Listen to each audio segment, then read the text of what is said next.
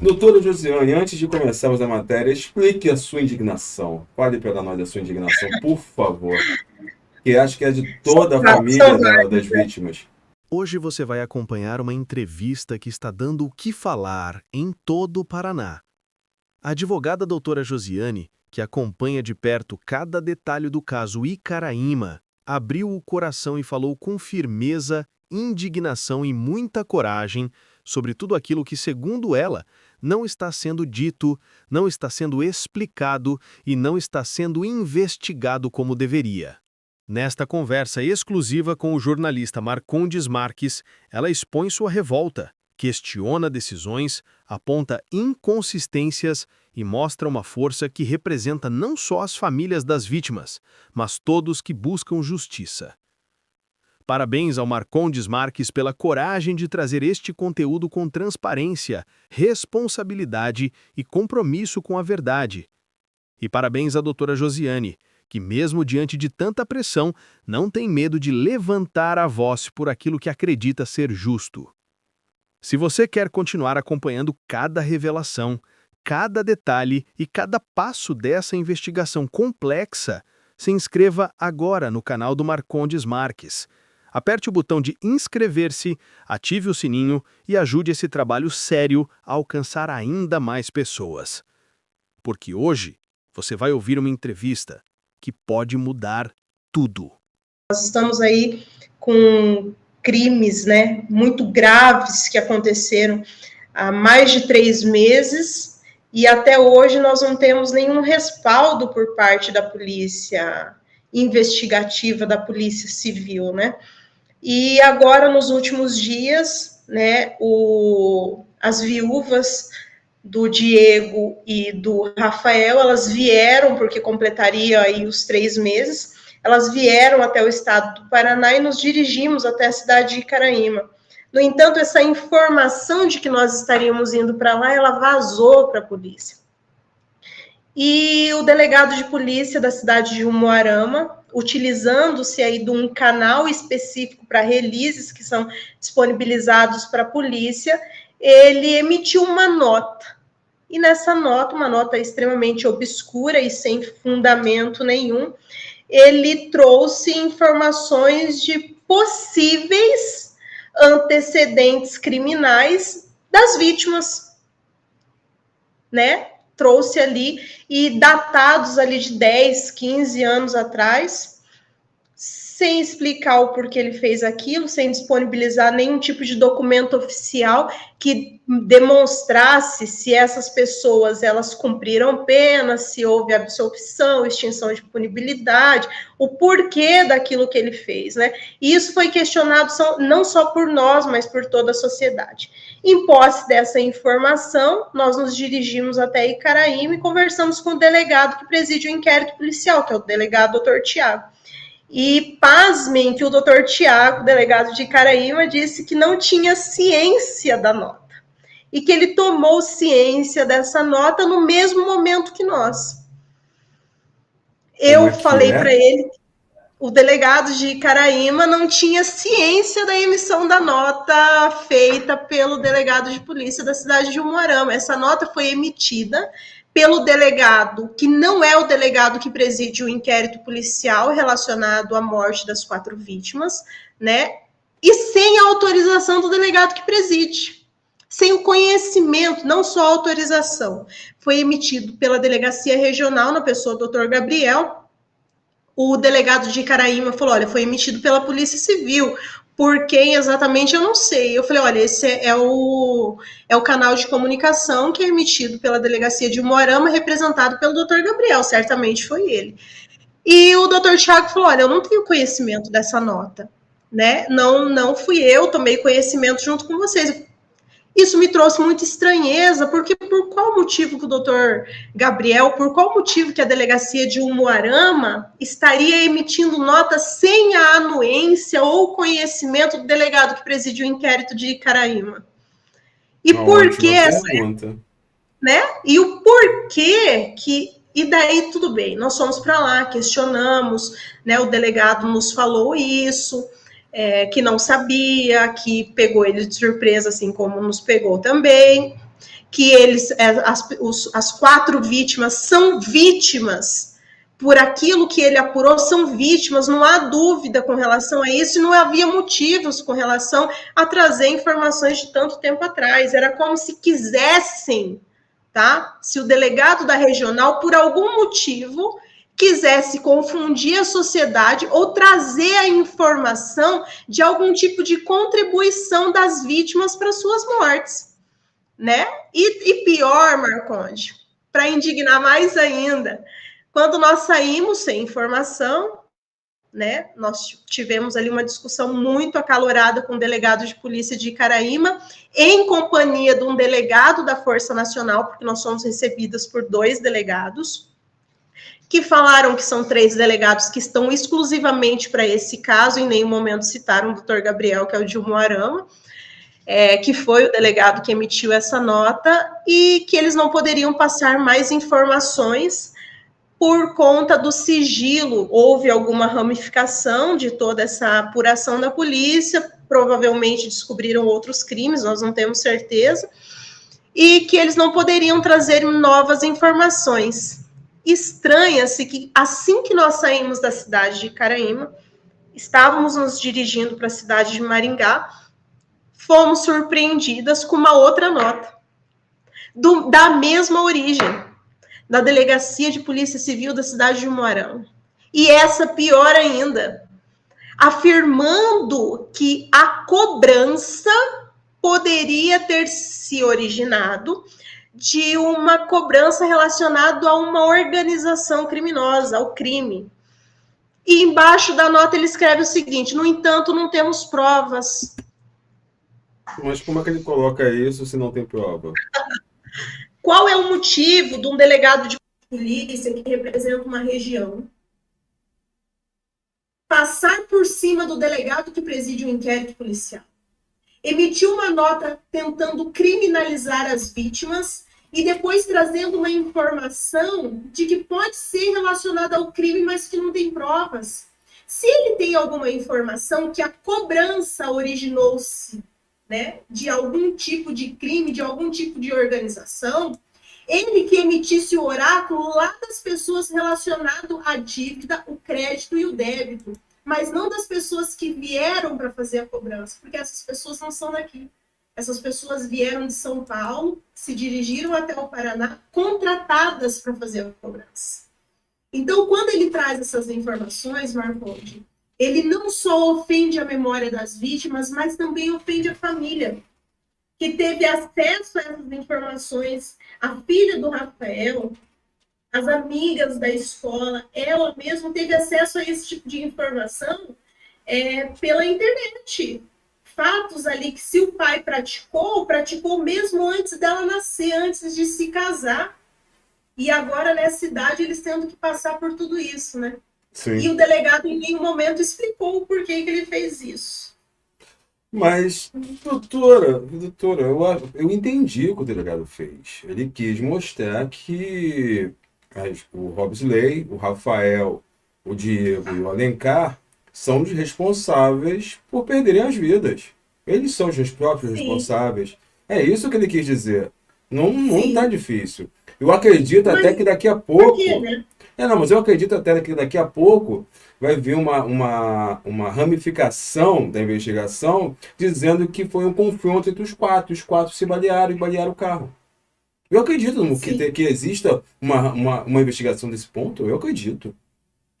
Marconde, quero ver como que ele vai fazer isso. Isso é cinismo, tá, gente? Especialista em perícia criminal dentro daquele veículo. A primeira coisa que eu olhei, mesmo tendo ciência de que já existiam informações de que eles não estavam armados, e isso quem disse foram os moradores de Icaraíma, testemunhas ouvidas e compromissadas com a lei para dizer a verdade.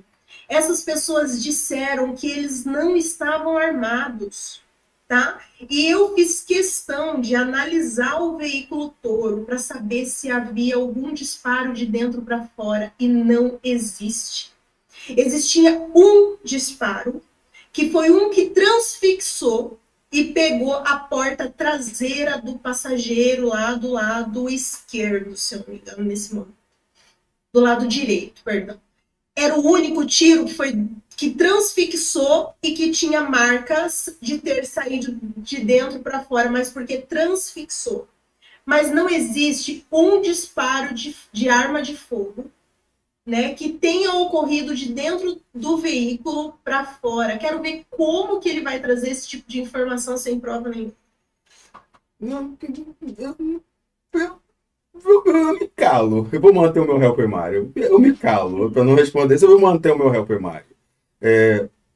Doutora, vamos agora sem brincadeiras. O caso de Caraíma, ele demonstrou uma criminalidade e uma alta periculosidade, tanto na fronteira Brasil-Paraguai, quanto no noroeste do Paraná e São Paulo. Isso já foi devidamente demonstrado de uma organização criminosa altamente qualificada, orquestrada, com uma hierarquia direta.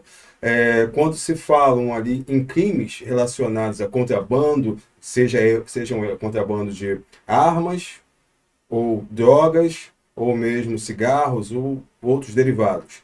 E nesta empresa, vamos chamar assim, existia uma qualificação direta para a colocação de logística, né? Uma logística altamente definida, utilizando ali rios, estradas e as próprias propriedades particulares ali que eram impedidas, em sua grande maioria, segundo as informações, de até fechar as porteiras. Inclusive, no local próximo ao que as vítimas foram encontradas, mais de uma centena de bunkers ali, dentre eles alguns desativados, outros com mercadorias, não se fala tanto, mas se aproxima o valor de 10 milhões de reais entre apreensões ali realizadas, e se mostra ali que essa rota utilizada não era uma vertente de investigação, porque só veio à tona com a morte dos 4. E essa ramificação, a gente sabe, né, que não querem que esse tipo de investigação ele seja falado para a sociedade. Por quê? Porque foi vazada a informação do roubo de um carro ali, que uma pessoa teria pedido ajuda de um policial vindo de outro estado, e que a partir desse outro policial, que ele ficou muito assustado, porque quando do encontro do carro, pessoas, inclusive o Paulo Ricardo estava próximo, além de outra pessoa que foi presa, estavam ali e testemunharam a levada do carro, mas não foram sequer à delegacia. Então tem outros fatores ali. E as terras utilizadas pelos buscariolos ali, sabe-se que tinham bunkers e esconderijos. Então, a minha pergunta que essa informação talvez seja a utilizada pelo delegado para tentar colocar as vítimas próximas a essa organização, a Sorcrim. Mas a senhora tem a prova de que eles não estavam envolvidos nisso, que é a mensagem do Rafael para a esposa. Ou estou enganado? Sim, do Diego, né, para a Fabrícia também tem. Eles não tinham envolvimento com nada, eles saíram de lá contratados para fazer uma cobrança. E, infelizmente, quem os contratou não descreveu qual era a situação na região. Eles eram pessoas, Marconde, fica muito claro, né, a família sempre disse, inclusive, para a autoridade policial, eles eram cobradores experientes. O Rafael já possuía empresa de cobrança há bastante tempo. As pessoas falam, mas não existe empresa de cobrança legalizada. É claro que existe. Se não existisse, não estaria lá registrada e tudo mais. E ele era um cobrador experiente. No entanto, quando contratado, acredito eu, que eles não tenham explicado qual era o nível do local. Assumo para você que moro a 230 e poucos quilômetros da cidade de Caraíma e eu não conhecia o nível da criminalidade. A gente sabe que por questão de região de fronteira, mas aquela cidade em específico eu não conhecia o nível da criminalidade, né? O problema tá que essas pessoas que contrataram, as pessoas que eu represento, as famílias que eu represento, eles sabiam de tudo isso, né? Eles sabiam de todas essas informações e eles omitiram, porque certamente, com base a esposa de uma das vítimas já disse, com base no valor que eles ganhariam, era muito pequeno para correr o risco de morte, ir para uma região desconhecida e correr risco de morte. Né? Então, eles vieram ali achando que seria uma cobrança muito fácil, foram fazer a cobrança e acabaram perdendo ali a vida de forma extremamente cruel e pode ser que ainda tenham sido torturados. Né? A gente está aguardando aí ansiosamente o laudo de necropsia, que também está demorando um monte, foi questionado para o delegado de polícia como que vai finalizar, fazer um relatório final de uma investigação sem o mínimo, que é o laudo de necropsia, para a gente saber quais são as qualificadoras que ele vai colocar, né? Para indiciar essas pessoas, se tem um meio cruel, se tem tortura, né? Tem tantas coisas ali, a gente precisa, né, desse laudo de necropsia, né? Então, e ali é uma região que agora, depois que tomou toda essa proporção esse caso, nós sabemos que a criminalidade, ela reinava ali, né? E que certamente com a anuência, porque lá, Marconde, como você sabe, muitos sabem, eu estive lá durante muitos dias, né? Eu fui no local, eu estive durante a madrugada acompanhando a polícia, a delegada e tudo mais, fiz todo o trabalho de campo. E eu vi os bunkers, não era nada escondido não, Marconde, aquilo ali era extremamente visível. Ali nós temos vários tipos de polícia naquela região, né? Vários infelizmente a gente sabe que aquilo ali só tomou a proporção que tomou porque pessoas ou envolvidas ou porque ganhavam ali de alguma forma alguma coisa fizeram vistas grossas e esse crime ele trouxe à tona tudo isso. E isso envolve muita gente. O pessoal fala, envolve gente grande, certamente. Com toda certeza. Certamente, porque para todos, para utilizar-se, para que eles tenham, né, feito todos aqueles bunkers, nós estamos falando de muita mercadoria, muita coisa, muita droga, muito contrabando para tudo aquilo ali. Né? A gente precisa ter demanda para ter oferta. Então, para tudo aquilo ali, e as pessoas, e o porquê que a autoridade policial, em nenhum momento, né? E eu digo com relação à autoridade policial regional também, que é essa que emitiu a nota. Essa autoridade policial ela está há muito tempo ali, né? Bastante tempo na região. Sim, com certeza. E é muito estranho que não se saibam nada com relação àquilo, não tenham feito nada com relação ao conhecimento, não tenham investigado, haviam policiais envolvidos. Se haviam, por que nunca investigaram? Exato. Haviam pessoas realmente importantes envolvidas, por que nunca teve uma investigação? Lá no começo, a Meire, esposa do Rafael, ela conversou com esse delegado de polícia, porque o pessoal falava assim, isso aí é cobrador perigoso, eles vieram ameaçando, certamente vieram armados. Esse delegado falou, não, para ali, nós temos certeza, são vítimas, não importa, mesmo se eles tivessem praticado crime em algum momento da vida, ou eles tivessem vindo armados, eles são vítimas, nós temos certeza, não importa. E daí, do nada, Marconde, quando a sociedade começa a cobrar o resultado da investigação, quando a família se dispõe a vir novamente, tá, a ir até a delegacia de polícia e cobrar pessoalmente o delegado de polícia, começam essas notas tendenciosas e ninguém fala nada. Emitir nota, Marconde, escrever ali e soltar como release para a imprensa é muito simples. O difícil é dar a cara, colocar a cara lá na imprensa, fazer uma coletiva e explicar agora o porquê que ele fez. Por que ele não fez isso? Por que ele não dá entrevista e não explica qual foi o motivo dele fazer isso? Qual era a pertinência do que ele fez? Por que ele não veio falar agora o porquê que ele disse que fazia a cobrança era relacionada ao maior crime e por que agora ele não vem dando nomes? E pior, por que ele disse, nós sabemos que várias pessoas são envolvidas, o delegado que presidiu o inquérito sabe, esses nomes foram repassados, a investigação já mostrou o porquê que o nome dessas pessoas é mantido em sigilo até hoje, por que não tem novos mandados de prisão?